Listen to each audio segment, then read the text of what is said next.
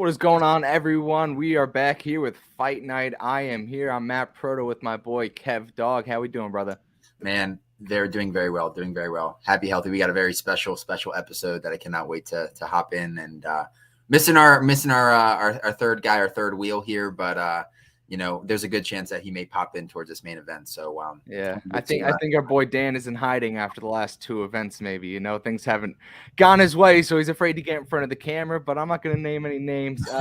UFC Vegas 64, Rodriguez versus Lemos. There's a little bit of a scare, right, with the Brazilian fighters not being able to make it over to the U.S., but seems that they boarded their flight, that they were on their way last I checked. So I think we still have a main event. We still have all fights on as of now.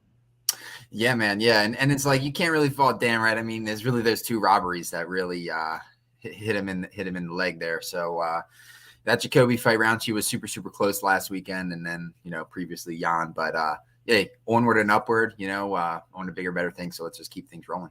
Absolutely. We've got a great card here back at the Apex once again. But before we break into it, we do have a very special guest joining the program today. UFC lightweight Mike Beast Boy Davis, coming off a win over Slava Claus. Mike, how we doing?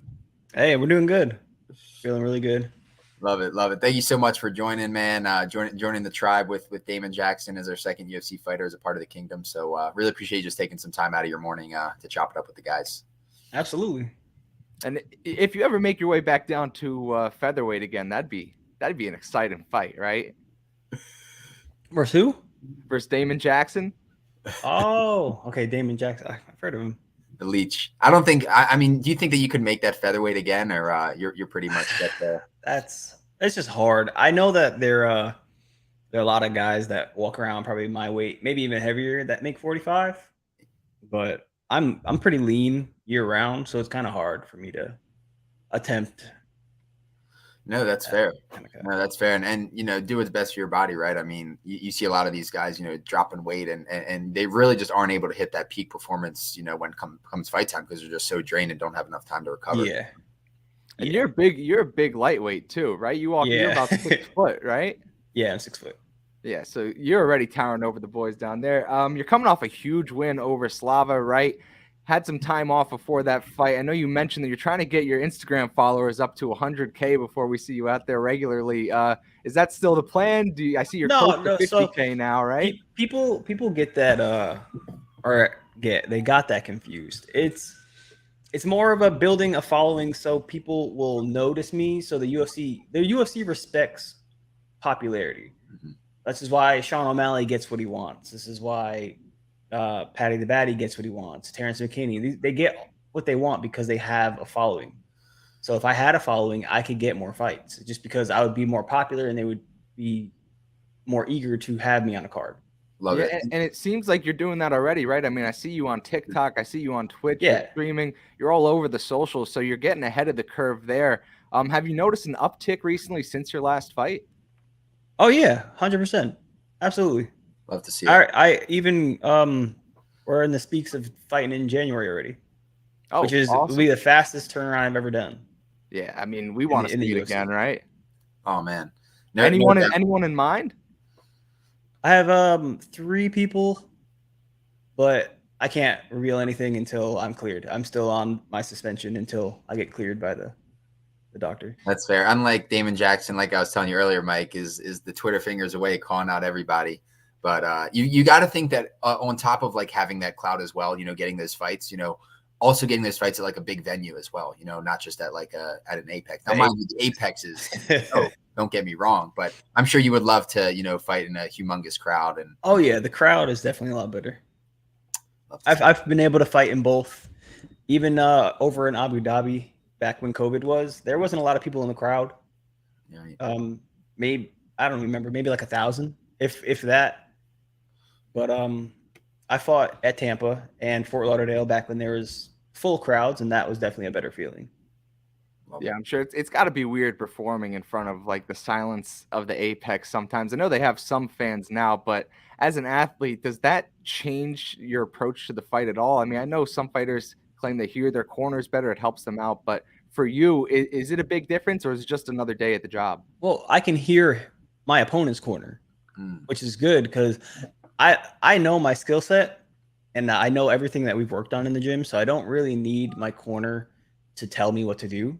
They're kind of reinforcement, like Mike, your hands are low, or something like that. Bring them up, but I can listen to their corner when there's no people, and I can listen to what they're trying to get him to do to me, and I can prevent all of it. Yeah, that's got to be an advantage, right? If you're a Yeah. cerebral fighter like that and you could actually pay attention, rely on your instincts, right? Where you could listen and fight at the same time. I Yeah, mean, that's gotta in be my such an fight advantage. against Borchev, I was talking to Uriah in the middle of the fight. I saw your corner was yelling out Hadouken at you when you I throwing saw, the knee up yeah. at him. I didn't know that until after No, the that's fight. comedy, I though. didn't hear that. Love it, love it. I was doing a little diving into just a little bit of your past, Mike, and I noticed that you attended Columbia Green Community College and you got a degree in exercise physiology. Yeah. Do you think that like what you took away from that like kind of translates to like your training and just like taking care of your body? Most definitely. Love Even it. though my body's not the best, I definitely have taken away the nutrition aspect and my training aspect from college. Whether I'm not using it to make money and to like do my living, but it definitely helped. I kind of in a way, it's helping me make my life easier. No, I can really relate. You know, it's funny because my degree is also in exercise physiology, but like my profession is nothing in that industry. But I definitely take away a lot of that like holistic aspect, you know, with diet, exercise, all that good jazz. So very cool. I gotta ask. I know you do gaming. You're a streamer. Are you on the new COD Modern Warfare 2? Are you still on Warzone? I just bought it 2 days ago and I hate it. Really? I actually like it. I know a lot of people are giving it hate. I like it. I'm just waiting for the new Warzone. I'm a Warzone guy. I'm a Rebirth guy. Okay. Because that's what everyone plays when they're doing tournaments. It's Rebirth. Right. So right. I'm big into Rebirth, and me and my squad, we've been big into Rebirth, and now we have Warzone 2. Rebirth's going away, so I don't know what's gonna happen. Something's gonna happen. A lot of it's up in the air, man. I can't wait. I think we still have to wait about like 2 more weeks until the new Warzone drops, though. But 2 weeks exactly from today. We got a squad up. Are you playing with any of your teammates, anyone like that in your squad, or is it just? I play with Phil Rowe. You play with Phil? Do you think Phil Rowe. I gotta ask. Do you think, because I know he was in your corner last time, do you think that communication helps at all? Because I have to bring it up because 2 weeks ago, I don't know if you're a football fan with the NFL, but Juju Smith-Schuster on the Chiefs said that they had such a good game because Friday night, him, Pat Mahomes, Travis Kelce, and Marquez Valdez-Scantling all played Warzone together, and they got 3 dubs, and that's why they did so well on the field. I think it translates because we are used to hearing each other's voice, and we're used to giving each other kind of like advice. So having in my corner, it was more friendly based, so I wasn't kind of in my head for the fight. We were kind of just hanging out, being friends, and that made the fight a lot easier because I was not thinking about it at all. I dig it. It's kind of just having like that comfort, right? Of just having it's definitely corner. And is he your main training partner there in Florida? No. My main training partner? I don't really have a main training partner. Okay. He's just the one I know. He's the one I've known since the beginning of my career, my pro career. I see. Right on. The only person at the gym that I've known that long. Love it. And I think like having a diversity of different training partners really just adds different wrinkles to your game, right? You just getting different looks, different bodies. So very cool. And you've trained, not to get off track, but you've trained with Dustin before, Dustin Poirier, right? So I got to ask, since his fight is coming up next week, how do you see that one going against Chandler? I mean, you probably know Dustin better than most. I think Chandler is swing heavy. He can connect. He can connect any punch that he wants because he is a wrestler and he doesn't really care to throw everything into one punch and miss and get taken down. No, he doesn't really care because he can wrestle. But Dustin hits hard. Dustin's one of the hardest hitting people I've ever trained with. And he's accurate. He's very accurate. So I think he's gonna put him away. I feel like he's gonna come out with like kind of a chip on his shoulder to remind people who he is. I mean, I don't know him at all personally, but I kind of get that feeling. A lot of people kind of writing Dustin off after his last fight. And I know some people lean Chandler pretty heavy in that matchup. I don't see how or why, but I think it's because of the wrestling. As Dustin is a striker, if there was any aspect that he needs to work on, it would probably be the wrestling. So that's why people are betting against him. But he can defend takedowns. It's not like he's wrestling as bad. Right. And not to mention that Chandler's coming off probably the knockout of the year, only over Tony Ferguson, right? Yeah. So I think that there is a little bit of recency bias there versus a guy in Poirier, man, who's been around the block for so long, man. I mean, former champion. I mean, he's just a legend of the sport, you know? Yeah. Absolutely. Now, Mike, have you, I know you guys can't bet anymore due to the new legislation passed within the UFC, but do you have experience betting on fights? Is that something you do or no, not at all? I've never bet on a fight ever. Do you like predicting them? You like seeing, who's going to win what, or are you just I just like a fan. If I'm watching an event, it's strictly to just watch.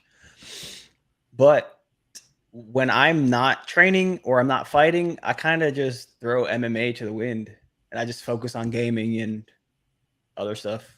Love it. Love it. I've got to ask you, Mike, like with your rise into the UFC, was there a UFC fighter growing up or even currently that Max Holloway? Max Holloway. That was quick. Yeah. So he was quick, right? He was the person that I saw fighting and I was like, dang, I want to fight just like that. And then I don't remember who he was fighting at the time when I first started watching him, but I watched him climb all the way in the ranks. He's a good person. I jump in his stream all the time and he's a good guy. Love it. Love it, man. I mean, he's just such a legend, man. We could go on a whole tangent about Max Holloway, but without further ado, Matt, why don't you kick us off to this awesome card we have ahead of us here? Might as well break into the card a little bit. We actually have a fight in Mike's division, starting it off with Grant Dawson versus Marco Madsen, right? Two wrestler-heavy fighters. Marco Madsen, obviously an Olympian, as his nickname states. Grant Dawson, he's coming on a little run of his own coming into this one. Just beat Jared Gordon. I believe it was like a third-round submission.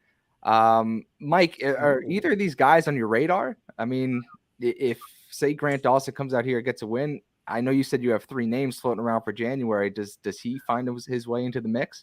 I think the names that are being tossed around are above them. Oh, so that's good. Yeah. Yeah, so we don't really care about this matchup then. Yeah, no, I don't really care to watch my division. I don't care who's in it. I don't care who I need to fight next. Well, whenever I'm ready to fight, like I feel healthy and I'm ready to fight, I tell my manager and they throw me one name and I'm just like, yeah, sure, let's do it. Yeah, all the time. That's how it is. So I know that people are getting offered like 4 names. Yeah, I just fight whoever they offer.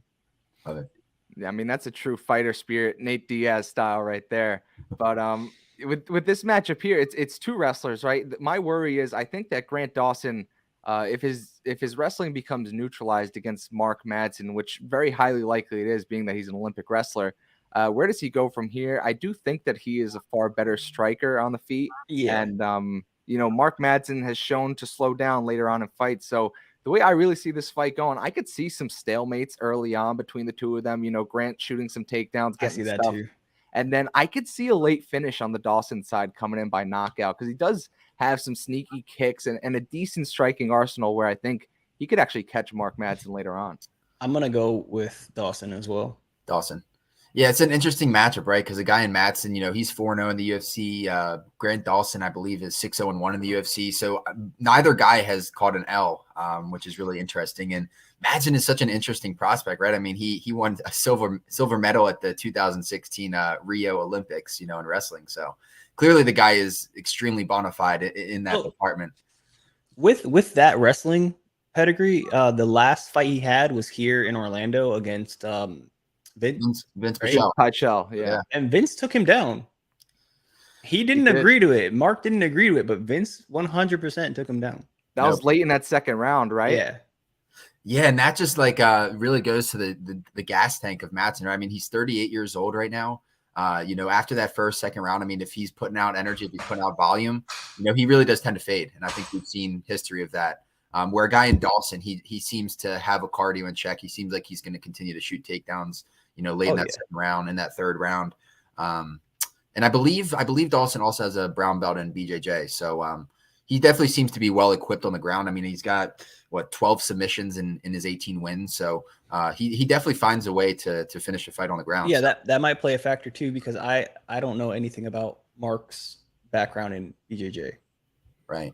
I think it's pretty minimal. I think he has like 2 or 3 submissions coming on his professional record, but I think that was early on in his regional career. But, Yeah, he's got a submission versus a guy 0-0, standing guillotine, and he had a second standing guillotine choke versus a 1-0 fighter on the regional. If you standing guillotine somebody, that person that you got in a guillotine doesn't know how to fight. He doesn't know how to fight. And he probably just quit or was lost in the sauce. Especially Mark Madsen's like 5'8", you know, to get standing guillotine by him is. If anything, they just gave him his head on his platter and just. Yeah. Or they shot on him, which I probably wouldn't recommend that. But right. Yeah, so it'll be interesting. I really do see this being a late finish, though, on the Dawson side. I feel, you know, we like looking at the age factor, right? I mean, Madsen's 38, Dawson's 20. You have a 10-year age difference there. And we know, historically speaking, the younger fighter is going to come out on top. Mike, you believe in any of that stuff? You really think that the age plays that big a factor? I think that the younger guys definitely have more of an advantage because we are ever growing, and we kind of have that motive to prove to the world that we're better than our age. But then I also feel on the older guy side where they have that old man strength, that I've been around the block strength. So it's a little different, and they all already have the knowledge that we're gaining. They already have. When I think of older fighters having advantages, I just can't help but think of like Clay Guida, right? Just one of those guys with just an encyclopedia of experience, and he's just as gritty as they come. He'll do whatever it takes to get the win. The issue with, I think you could say, with the younger fighters is, say Dawson comes into this thinking he wants to prove a point out wrestling the Olympian, right? I feel like you could get that from time to time with younger guys. Yeah, no doubt. And I mean, we could see, you know, Madsen just stuff those takedowns early and Dawson just exert too much energy there early. But yeah, no, I mean, I have seen a lot of red flags with Madsen just as the fight progresses. So like for that reason, I'm on Dawson, probably not putting anything on it, but it seems like both guys are very similar in many aspects. I don't think either guy is like a bona fide striker. I don't think either guy really throws like really like strong kicks, you know, like it seems like a little one-dimensional there, but I have no doubt that, you know, people, you know, both guys are going to shoot left and right in this fight. Yeah, it should be a decent opener. It's going to be a big one. Yeah, absolutely. And you know, Mike Davis not too concerned with them because he's fighting above both guys in his next fight, hopefully. But, well deserved too, man. I mean, he looks incredibly sharp versus Borshev, and you know, he's well deserving of a top 15 guy in my opinion. Yeah. They've offered me top 15s, but I would like to personally take a slower route. I'm in no rush. I just turned 30. Like I just turned 30. So I'm enjoying myself, recovering, fixing up my body, and I would like to do maybe like 2 more fights before I get up there. I respect it. And at 30 years old, I mean, you still have many years left, you know, in your prime, you know, until you reach that old man Mark Madsen age. So. Yeah, I feel like this is my prime. I feel like right now I'm in best shape and best mental state that I've ever been in. Yeah, and to speak on the mental state, you seem like someone who really enjoys just life, right? I mean, I get that notion from you that you really make the most of it, and that you exude a positive energy to you everywhere I see you. And how has that helped your fighting, to get back into the interview part of this? It's been the best. I know a lot of people that they kind of dedicate their life to fighting, and that's just not, I don't know, like optimal for life. I can't go through life thinking, when's my next fight? I got to get ready for it. I don't want to do that. Like I want to travel. I want to see the world. I want to enjoy my games. I want to just, there's so much to life. I don't want to spend it all 10, 20 years of my life just fighting it away. No doubt. And that balance is so incredibly important, you know, not just in life, but even like with your fighting in general, you know, just because you have those outlets outside of fighting, you know. I think it gives me an advantage too in the cage because I'm not overly obsessed with how I'm going to perform in that octagon. I'm happy. I'm in shape. I know my skill set and I just show it out there. I have no worries about what you can do or anything like that. I'm just having fun. Yeah, I have to imagine it frees you up so much in there. So much. And is that something that you've worked on over the years, or are you naturally? Oh, yeah, no, I worked on it. Yeah, I've definitely worked on it. I've talked to the therapists and everything. I've worked on it.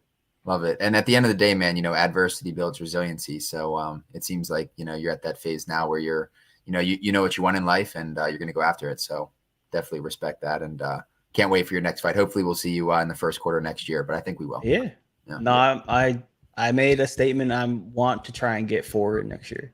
4 in. Oh, wow. Okay. A minimum of 3, but I would like to get 4. That'll be sick. Even with 5. With at least 2 on pay-per-view, right? Yeah. That would be optimal. Yeah, get you in to front finally of get on a pay-per-view card. That would be optimal. I mean, I made it to the main card. Now it's time to climb up a little bit. No doubt. Yeah.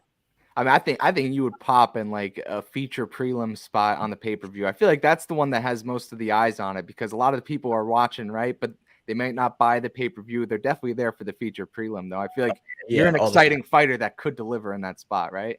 That'd be good.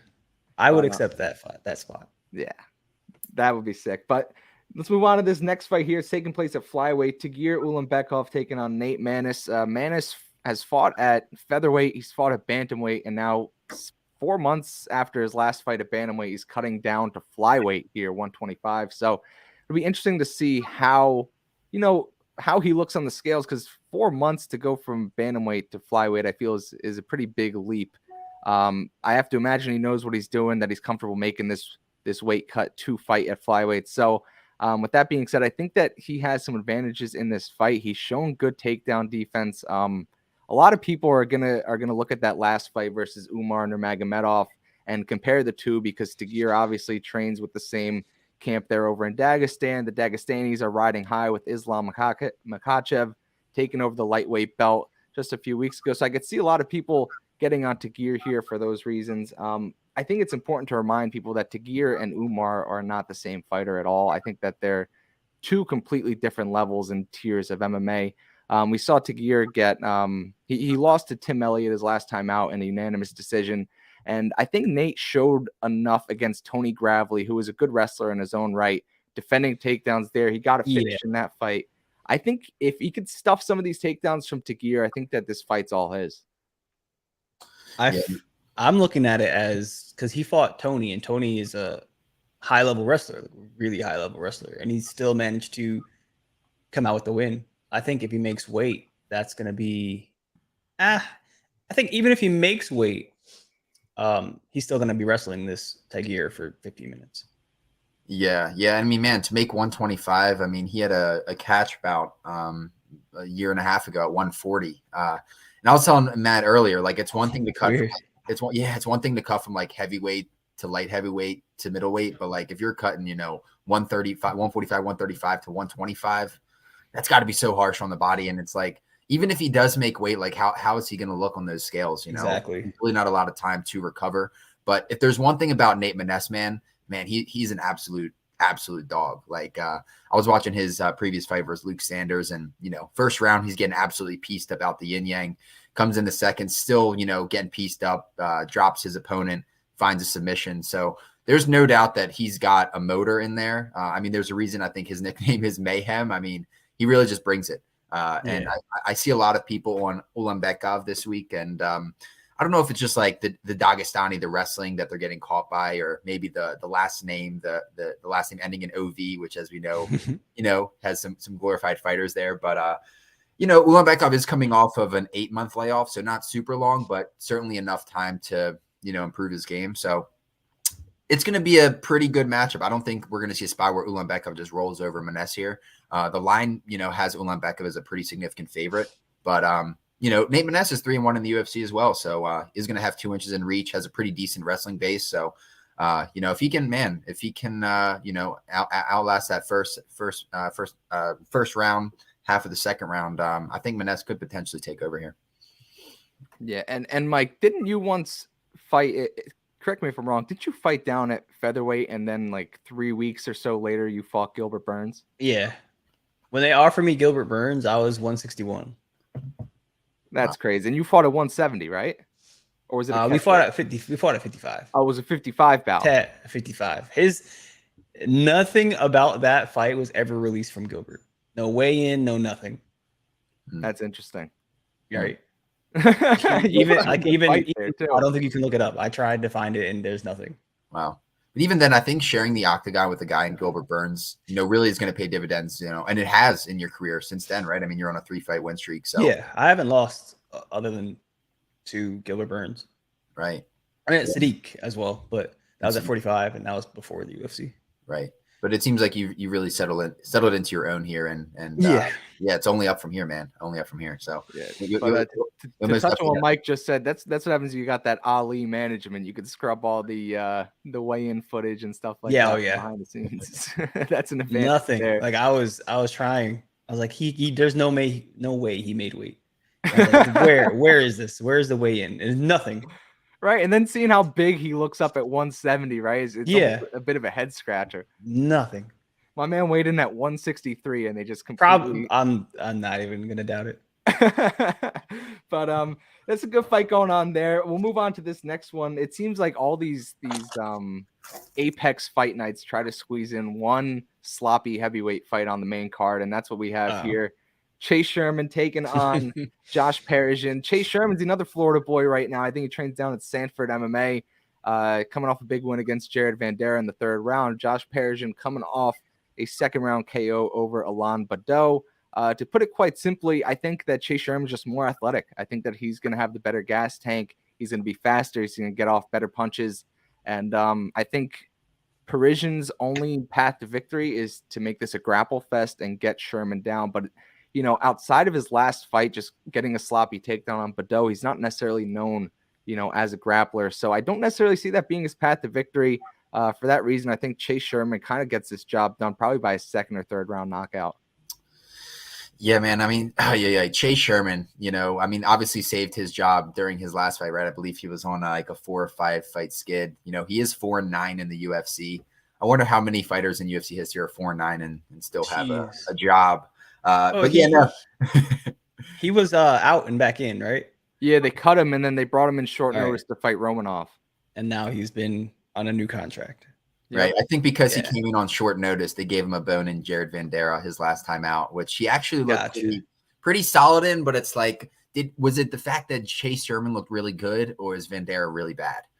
You got to give Sherman his flowers. I think you do. You do. I mean, at the end of the day, he landed 137 significant strikes at heavyweight. He finished him, in that third round with a knockout.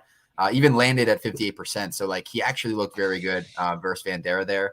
And you kind of touched this a little bit, Matt, with Parisian and Badeau in his previous fight. He definitely showed a little wrinkle there in his game, finding those double leg takedowns there that we hadn't really seen in the UFC, and Guy and Sherman, he's never landed a takedown in his career. So I expect him wanting to keep this standing and land. But it'll be interesting. I think if Parisian does take this down, Sherman certainly isn't getting up. I do think that Sherman will most definitely be the faster guy on the feet. But if Parisian just wants to stand there and bang for 15, he's probably going out at some point. I don't know. We saw it last week with Trayshawn Gore yanking that kid's neck off, right? That there's variance in the sport. So I wouldn't be surprised if we got like a Chase Sherman submission too. That would be interesting. And I believe, if I'm not mistaken, does Parisian, I think he trains with Mikhail Pajeda down at his gym there. So you might be right. I think you might be right. He's definitely getting some decent looks there. And, for what it's worth, man, I mean, Parisian showed incredible heart versus Badeau, right? I mean, in that first round, got knocked down. I thought he was out cold. And honestly, I think some refs may have stopped that fight there. Comes out in the second, lands some takedowns, and finishes the fight via ground and pound. So should be an okay one. I mean, again, it wouldn't surprise me if we see like a sloppy, like heavyweight split decision here where either guy can really finish the fight. Both guys probably won't be in the UFC in 2023 at some point. I don't know. Now, Parisian is 2-2 in the UFC. So, if he can squeeze out a win here, that would be huge for him. But I just don't see big of a future with both these guys.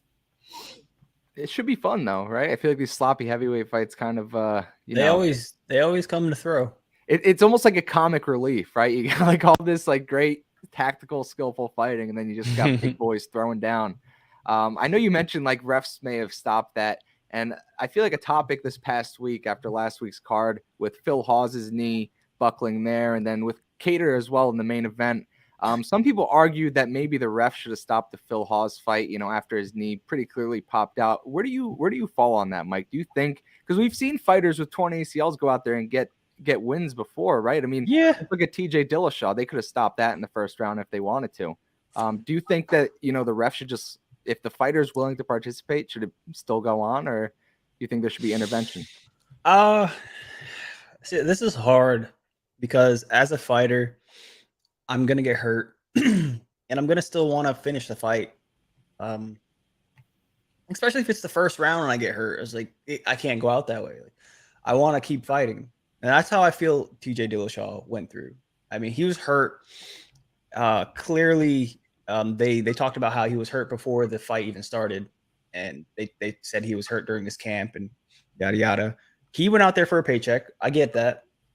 Take the paycheck, tap when you were ready to. He was ready to tap. Just tap, get out, save your injury. You probably had a tear. Now it's completely torn in half, or whatever the injury was.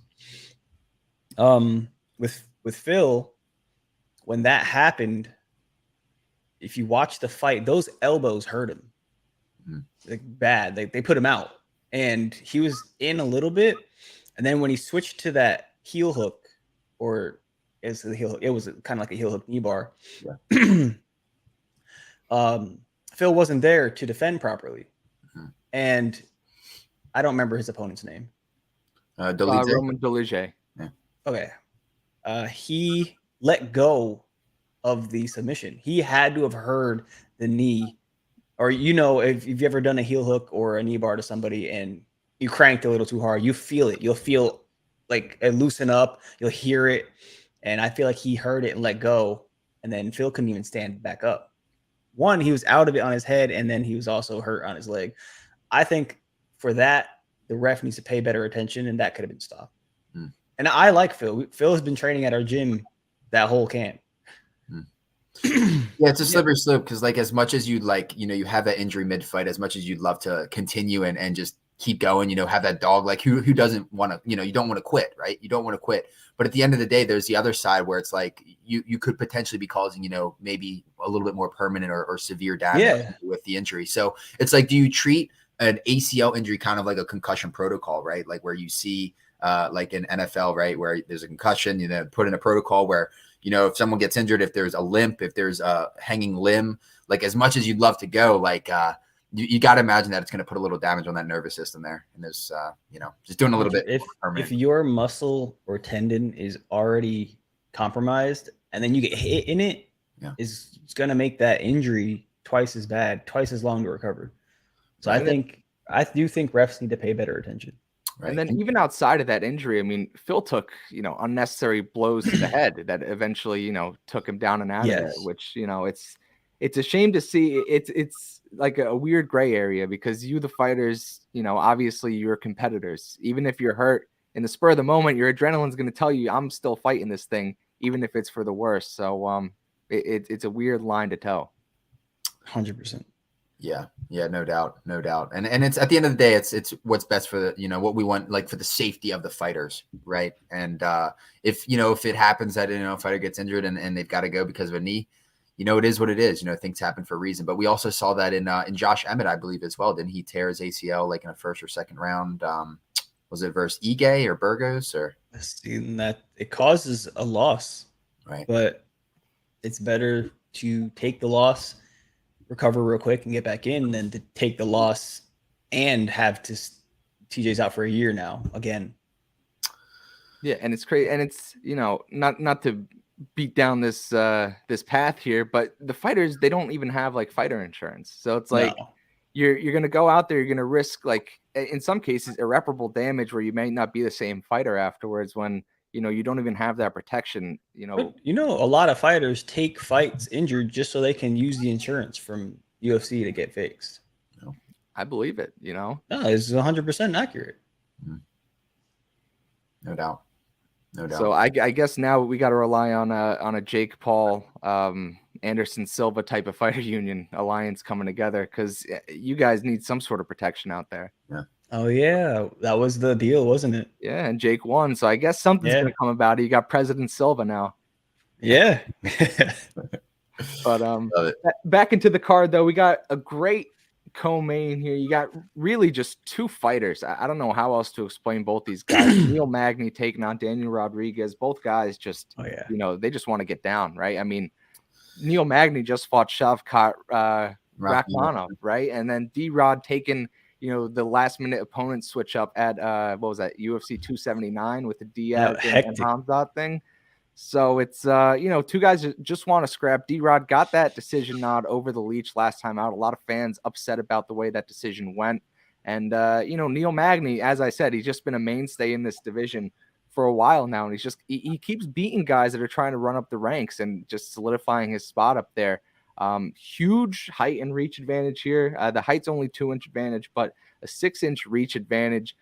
Mike, being that you're a bigger fighter, especially for your division, how much does that come into play? Like, are you like, these boys can't even get close to me right now? No, because they can definitely get to me, touch me. But the thing I see, especially my last fight, is that I am way stronger. When I fought Vyacheslav, he was like a child.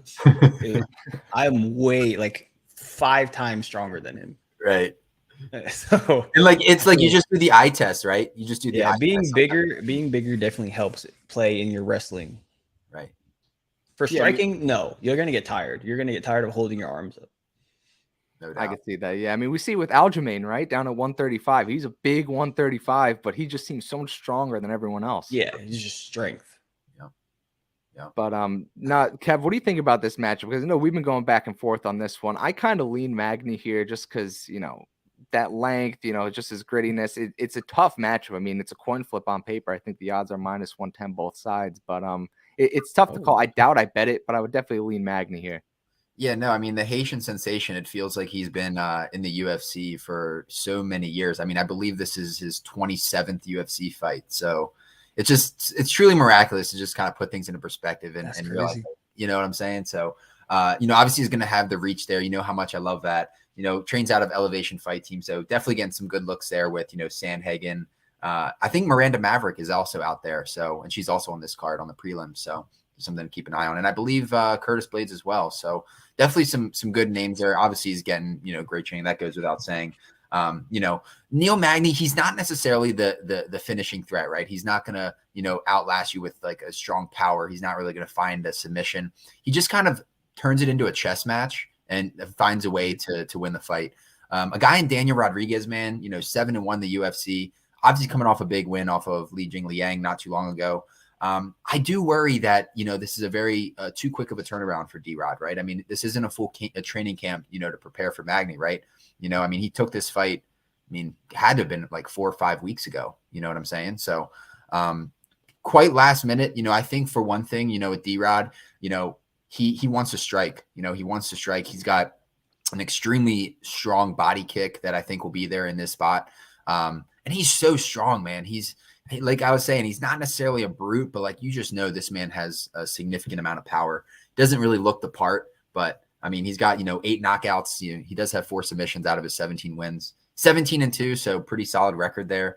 And did beat a former champion in Kevin Lee, right?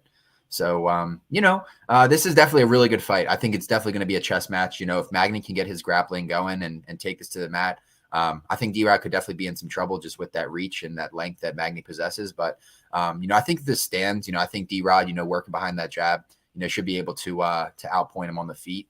I expect this to go to a decision. I think that if there is a finish, D-Rod's going to find a knockout, but I'm not quick to go to the counter, you know, with that against a guy in Magny who's, you know, been around the block so long, been there, done that. And again, isn't really going to put himself in too much danger situations. Yeah, for sure. It's, you know, it's a good fight, right? And you mentioned that D-Rod's, what he fought in September, was that 279 fight?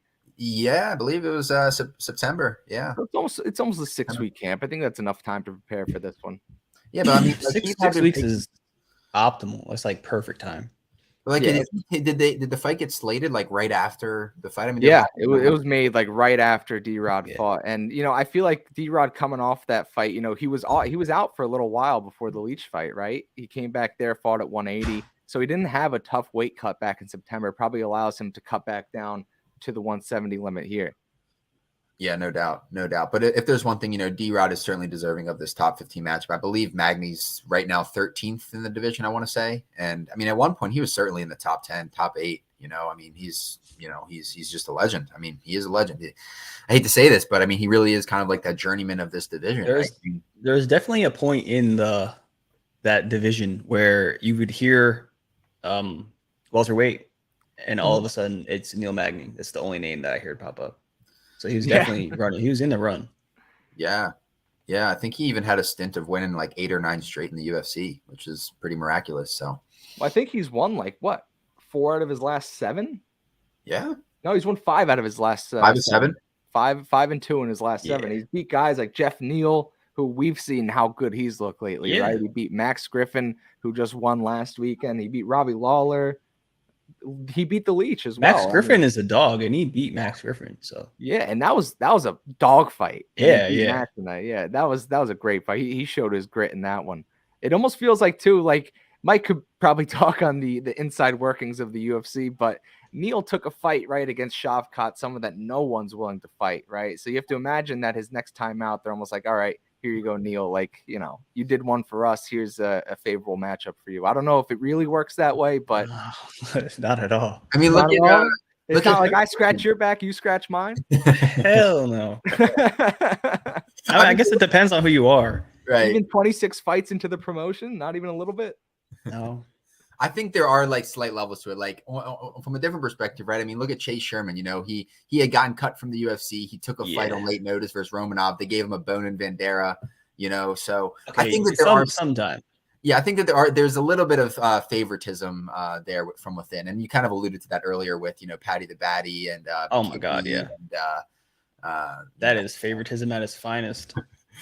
They were even doing Chase Hooper at first. Right. Yeah, oh my God! You saw how that experiment went, man. And now there's the new 18. He just turned 18-year-old. I guarantee you they feed him at least 2 or 3 fights.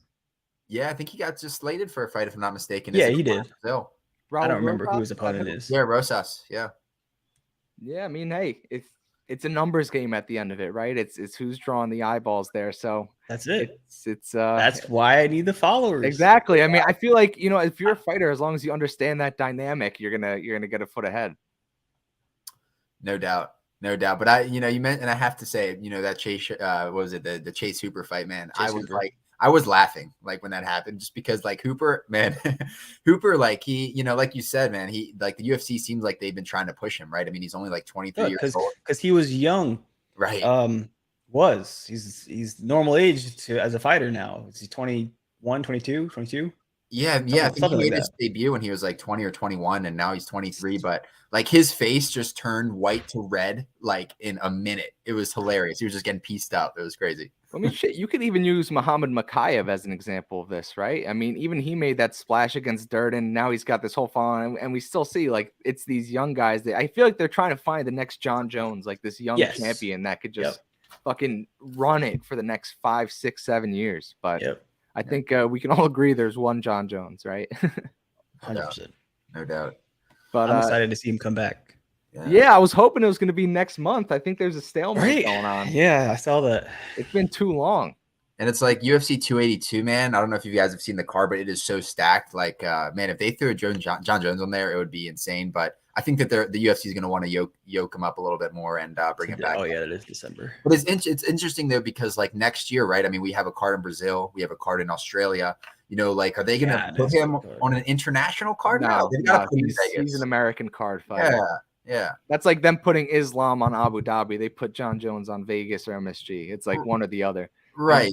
Mike, we were hoping that they would put John Jones somehow on this 281 card next week, because me and Kev are actually hitting up MSG for the fights. So we were holding on. If anything, that would be the card. Yeah, exactly. That's what we were thinking. We're like, just come on, put John Jones on MSG. Like, it could be against anybody. But it looks like they're kind of waiting for Francis to get back now. Yeah. It seems like it. I mean, it's got to be Francis or Stipe. It's got to be one of the two. Now, Mike, that would probably be a sick card to fight on. Which one? If you fought on a John Jones card, just anyone in general. Oh yeah. you know that car is going to have eyes on it, especially on his first return. Yeah, and at heavyweight, his heavyweight debut, right? It all that's going to adds have the probably the story. most eyes on a UFC event. If only you could get like a Conor McGregor co-main or something like that. If you want to break all sorts of records. I don't think people care to watch him anymore. Yeah, no. I mean, his last win was in like 2016, I believe. Like he's if you put John Jones at a main event and Conor McGregor at a main event, people want to see John Jones. They want to see his return. They want to see his skill set improvement. They want to see him at a different weight class. No cutting. They just want to see it. Because I want to see it. A lot of fans still want to see John lose, right? I feel like that's half the reason why people tune in. True. They're like, this guy has to be beaten at some point, right? But he's elite. Like people already wasted money with Conor when they watched him fight Floyd Mayweather, so they don't want to spend any more money to watch this man fight. I get that. But let's move on to this main event. This is actually a great main event. It's a fill-in event, right? Wasn't this Yeah, it was supposed to be Evloev versus Bryce Mitchell. Yeah, that was going to be a good fight as well. But now we got Marina Rodriguez taking on Amanda Lemos. Mike, I got to ask you, because my breakdown for this, I lean Amanda Lemos simply because it's going to be a stand-up battle striking for 5 rounds. As someone, that is as well-rounded as you, right, where you have jiu-jitsu in your back pocket, you're a great striker, you have power, how comforting is it knowing that your opponent isn't going to try any of that, right, that you only have to worry about striking? Does that factor in at all? Do you not worry about what your opponent's bringing to the table and just focus on yourself? Exactly. I mean, every interview that I've ever done, you see that I don't care what my opponent can do. I never research. I never watch video or tape or anything, mostly because you're just going to see what they're good at. You're going to see highlights, and that's going to make you doubt, like, oh, he has power. Oh, she can do this. So she do it. So just focus on yourself. When it comes to fighting someone who is strictly a striker, as you saw in my last fight, it doesn't matter. I can grapple. You can't. I'm going to win. Love it. Yeah, exactly. Any grappler, if you're a grappler first, you can close your eyes and throw your hands as hard as possible. It doesn't matter because you have no fear. A striker, once you start showing that you're going to wrestle them or you're going to jiu-jitsu, they're going to start backing off on the striking and being more cautious. So then it's going to take away their striking ability because now they're worried about going to the ground where they don't know what to do and they can't get up. Right. It just gives them like something to think about. You know what I'm saying? Being a wrestler, grappler first, striker second is definitely the key of being a successful fighter. And I think with that in her back pocket, that's going to probably give her a win. Yeah, I mean, I agree because Lemos, man, I mean, both women are great fighters. Like, I think both belong in the top 10 women's pound-for-pound rankings. Lemos is kind of climbing the ladder up to the top of that division. Marina, for the, on the other side, has been there. She's been a top 3, top 5 fighter now for a while. Both are 35 years old. Marina Rodriguez, coming off that last fight versus Yan Jonan, who I view somewhat as a similar fight as Lemos, powerful, fast, isn't afraid of Marina's power. I think Lemos has the advantage, though, because she is grappling in her back pocket. We saw her get that nasty choke against Michelle Waterson her last time out on the Long Island card. I was there in person to see it. And, I feel she just has more ways to win this fight. Marina, I can't say enough. I'm a huge fan of Marina Rodriguez. I love her style. She always comes to fight, and she's an exciting fight. But I think that Lemos could kind of disregard, any sort of respect for power when it comes to Rodriguez. I think she could just move forward at will. She has heavy leg kicks, tons of power in her hands. And as I mentioned, the grappling in the back pocket, it just, to me, feels like a marquee matchup for Amanda Lemos here. Yeah, I mean, a woman in Rodriguez, I mean, say what you want about her, she really is one-dimensional. And, I said this with Calvin Kattar in the sense that, they really just want to strike. They don't want to initiate those grappling exchanges. They don't want to take this to the mat. They simply would just want to stand in there and get into that rhythm. And Matt, I've got to say, I'm shocked that you're on Lemos because, I mean, we've talked in detail with Marina Rodriguez for quite a few months now. And, clearly she is an elite prospect in this division and really knocking on the door of that title shot. A woman in Lemos, right, had a very disappointing performance versus Jessica Andrade, right? She was slated in the Apex main event, get standing guillotined, right? I believe in that first round. I mean, it was pretty embarrassing. And I was on the Lemos. I was very high on Lemos, and really interesting to see how that fight would have gone in. Look, there he is, our third co-host, Bet Juice. How we doing, brother? What's up, boys? Good, boys. Apologies for being late. We got things to take care of. Mike, huge fan, man. Appreciate you hopping on, man. Of course, great. Of course. So, Mike, this was the guy that bet against you last fight. This is right here. I was expecting that. And in my defense, man, you shut me up. Like I wasn't sure how you would handle like you're moving up in weight class and fighting a tough guy, great stand up, and man, you're a dog, man. Honestly. Yeah, no, hard, straight up, man, straight up. I'm rusty, but I can always rely on. We were just talking about. I can always rely on my jiu-jitsu and wrestling. No doubt, man. I mean, you showed it. It's awesome.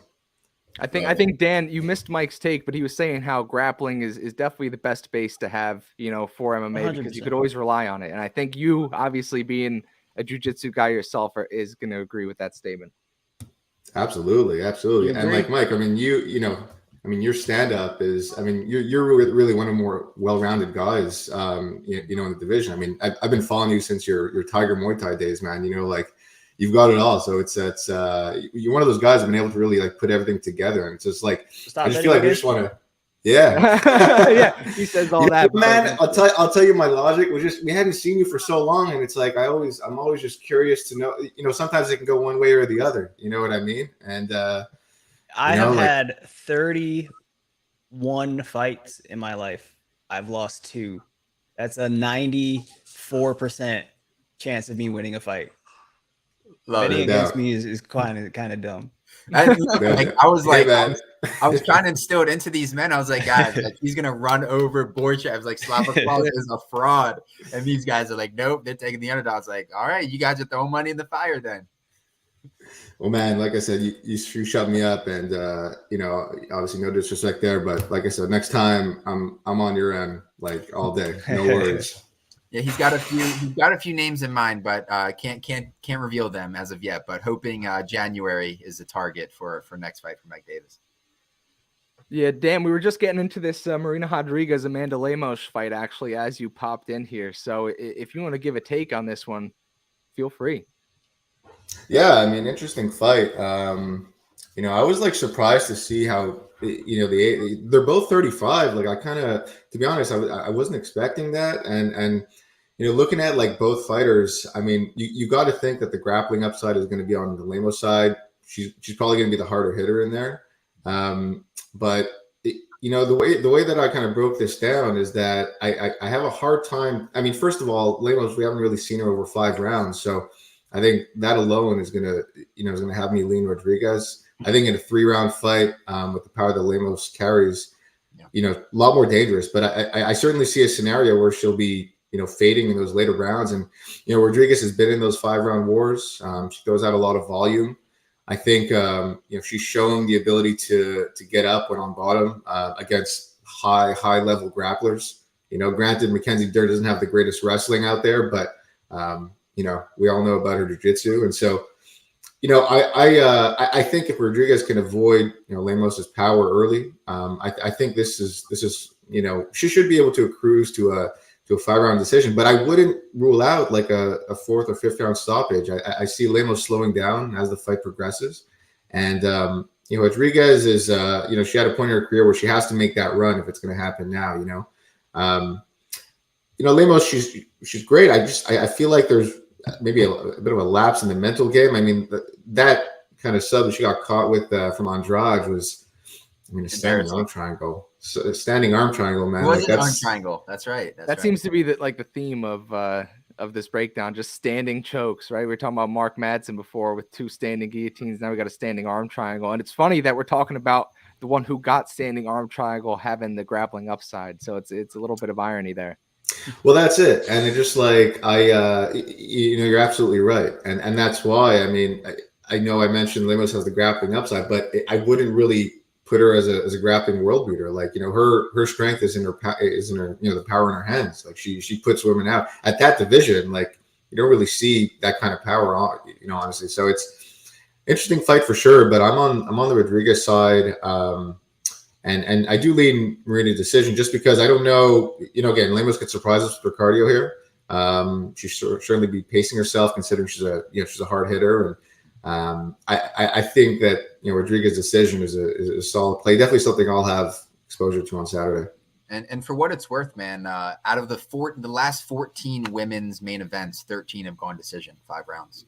And with that one not going all 5 was Amanda Lemos versus Andrade. So, look, I mean, Marina Rodriguez has already had, 2 5-round fights, has gone the distance, was able to, obtain that spotlight and put on a performance where, Lemos had that one and got absolutely embarrassed. But, if there's one thing about Lemos, I mean, she's definitely going to have the power advantage here. Not that Marina doesn't have power, but I mean, we already know how Lemos swings. I mean, when she swings, it's like it's full force.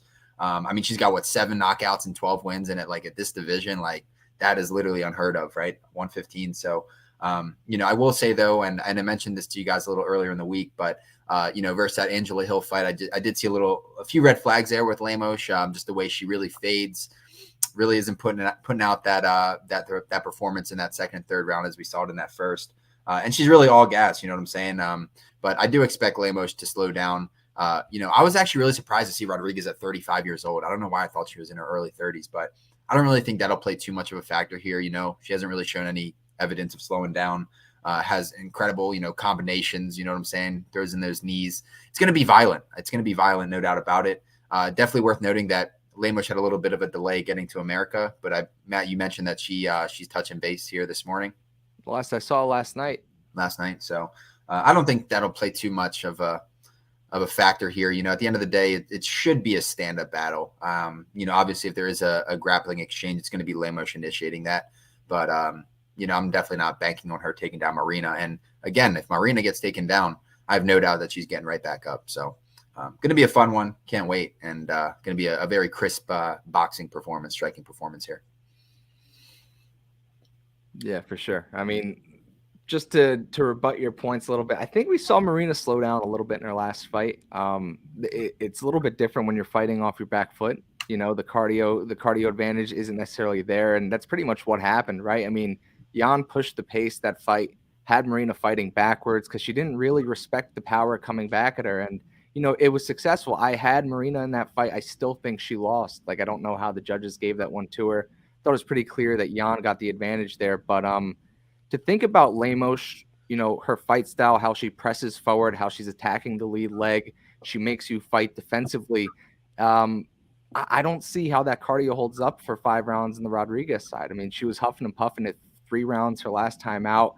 And I know we could question Lemos's 5-round cardio, but, the one 5-rounder she fought, she did lose in the first round, but the pace that she put on, I think, exemplified that she'll be able to put that pace if she fights that way for 5 rounds without gassing out. And then, she followed that up with a 2nd-round sub over Walterson where, there was grappling exchanges going on and she got the finish in the 2nd round. So I'm not too concerned with the cardio there. I'm concerned with Rodriguez's only real advantage being her speed, which I think isn't as wide as people are making it out to be. I think that the gap in speed is a lot narrower than some people think. I think the gap in power on Lemos's side is very wide.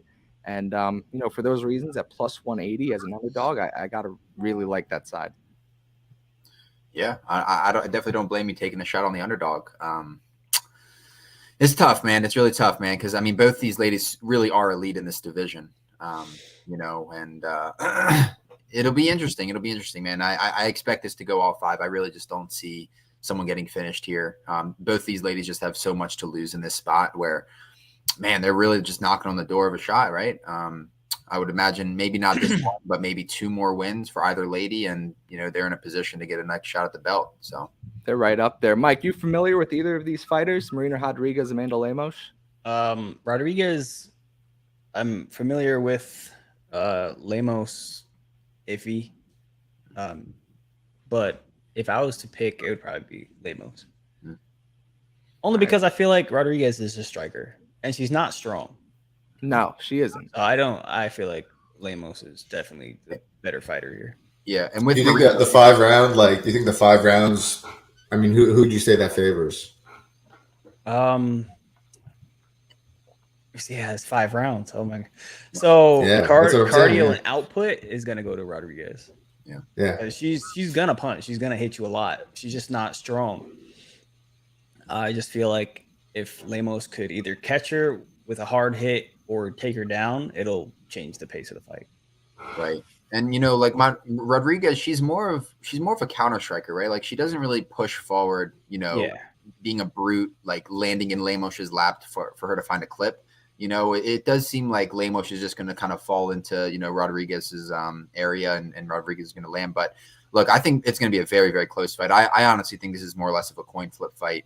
That's how I feel. So I thought, Yeah. originally I told you guys, I thought this would be closer to like Rodriguez minus 150. I think she's minus 215 right now. But I've been going back and forth with this logic. I really would bet Lemos at minus 110 here, right? So if this was a coin flip, I would still bet Lemos. But the fact I'm getting plus 180 on her, almost 2-1 on my money, it's a green sign. Hey, and for what it's worth, I mean, the last main event women's bout we had where you took a main event, right? I mean, it was Shonen Yan versus Mackenzie Dern at around a similar line, and that hit with pretty much ease. And you know, you have a pretty good track record with women's MMA, so for that reason, I'm fading Rodriguez. I'm fading Rodriguez. If anything, I'll last minute on Lemos, but I think I'm just gonna watch this for how it is. Yeah. How about you, Dan? Anything else to add there? Nothing else to add. I mean, you know, like I said, my take here is really kind of goes back to the Mackenzie Dern fight where Rodriguez really impressed me with her defensive grappling. I think Lemos can probably land takedowns, especially early. I do think that, you know, being on the bottom, I mean, if you can be that annoying person that just doesn't stop moving and forces, you know, the opponent to work, that gasses you, you know, so I really see a scenario where we see Lemos with some early success, but Rodriguez has that gas tank, and I think just, you know, we'll kind of see her break her down as the fight progresses. And then again, you throw in sort of these issues with the traveling. I mean, it's not the kind of thing that you want to see, you know, on fight week. I mean, it's just, you know, I can imagine how hard it is already, you know, traveling, you know, halfway across the world, and you know, things have to, you know, really go perfectly. I feel like if, you know, any sort of hiccup, it can, I don't know where Lemos is at mentally, but I mean, I know that kind of thing can just kind of throw a wrench in your plans. Maybe we'll see how, you know, if that affects her weight cut at all. Cause she is a bit bigger for the division, I think. So, you know, again, seeing stuff like that doesn't necessarily make me want to lean Lemos here. I was on Rodriguez before that happened. So it's like, it only kind of strengthens my position, in my opinion. Yeah, that's You're getting into those sabermetrics, though, a little bit. No doubt. A little bit of sabermetrics. No, I mean, it's going to be a good fight. I think we can all agree on that. Mike, anything you want to plug before we step out of here? Any of your socials, your Twitch stream, your content? Because the more followers we could get you, obviously, we're going to be able to get those fights you want to make. So I'm finally starting to use Twitter. I know it's been forever, but I'm finally on there. I'm finally checking it every day. So Mike Davis MMA for Twitter, Mike Davis MMA for Facebook and Instagram. Instagram, if you want to get a hold of me, I use that the most. And then Mike Davis UFC for TikTok. And Twitch. Yeah, can't forget your gaming. That's a big aspect as well. Mike Davis UFC for Twitch and TikTok. Right on. Catch him in 2 weeks playing the new Warzone map. I have it now. I'm gonna be playing new Warzone. I will be playing it probably all day that day. Just trying to get the hang of it so I'm not outshined in tournaments later on. But is that the goal? Are you trying to play in gaming tournaments and stuff like that? I'm speaking right now with the esports team. So we'll be meeting in December and then deciding how to go forward in January with a contract. So hopefully that's the goal. Now we said you and Max Holloway got to start up like an esports team or something like that. I wanted to try and get a game. He plays Apex. I need to just play a couple games Apex and see how it is. I mean, I played it, but I couldn't get into it. It's hard. It is. There's one guy can come up and take your whole team with ease. Right. I love it. It's a hard game. I love it. That'll be sick, though. We got to get a UFC esports team going on with all the streamers. I talked to Jens Pulver and Adrian Yanez to do because there's 3 people to a team in Apex. So it's going to try and get us in there. And they all agreed, but we haven't talked about it at all. We got to get that going. Love it. Well, just know, Mike, that you got a whole tribe here at Knights of Degen around you. And, for you, joining the stream, obviously, we really appreciate your time. Hopefully this won't be the last one, but just as a sign of appreciation, we did want to provide you with one of our NFTs. Not sure if you're too familiar with the NFT world or crypto. Okay. Okay. Right on. So I'm actually going to share my screen. It's an unrevealed NFT, so we'll kind of reveal it as it is, and we'll see what it is in live action. So I'm going to go ahead and. Hey, and the steeds have been pumping the last couple of weeks, man. Yeah. You know, we're closing on a 0.2 ETH floor for our steeds, and Look at that. Yeah, there you go, man. We got some big things coming, you know. And this also gives you kind of access into our Discord, man. We're always there, watching, catching fights, throwing in, live bets, just sort of chopping it up on fight nights. Would love to have you pass through at any point, man. Yeah, we could add Beast Boy to the athlete pool there. I mean, we got some big names. I think like Des Bryant holds, Marshall Falk, some of these OG NFL guys. Tiki Barber. Serena Williams, man. Serena Williams just got one last week. Wow. Yeah, but like we said, Mike, we're every weekend, every Saturday, we're chopping up the fights. We've got a great community. Yeah, no, that's great. And you guys are just in the Discord talking? Yeah, in the Discord, right on the top channels, you'll see Fight Night, and it's popping every Saturday. Okay, good vibes all around. So feel free, we'll send you an invite to that, and definitely pop in anytime. All right, let's open this steed up. Can you guys see my screen? Not even. Oh yes, now we can. There we go. Yeah, there we go. Got it. All right. So here is the moment of truth. Hopefully nobody steals my seed phrase. Let's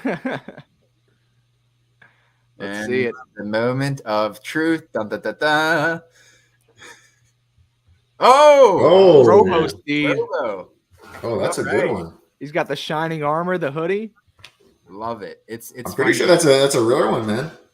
It is, and it's funny, man, because when we awarded Damon Jackson with one, he also had eye black. So you got it's only destiny that we're getting a random because you guys are both gamers. So that's all I like that. Man. Right on. So we'll send that over to you. We can talk a little bit later in the Twitter DMs there. Send it over. Yeah. But thank you so much again for joining. It was a pleasure. And, no, it was fun. Can't wait to see you dominate the next performance. Oh yeah, January. Let's get it done. Hopefully these guys will learn their lesson after last time, but I'll be on your side. I don't think they will. You already know. And I will be on your side, man. This fight. I learned my lesson. Next time Beast Boy fights, the money shades are coming out. We're gonna get free money on them. So thank you again, Mike. It was a pleasure having you on, chopping up the fights and getting to know you. Yeah, it's been a pleasure. Thanks for having me on. This was fun. Let's do it again. Let's do it, man. No doubt. Make it rain this weekend, guys. Let's go.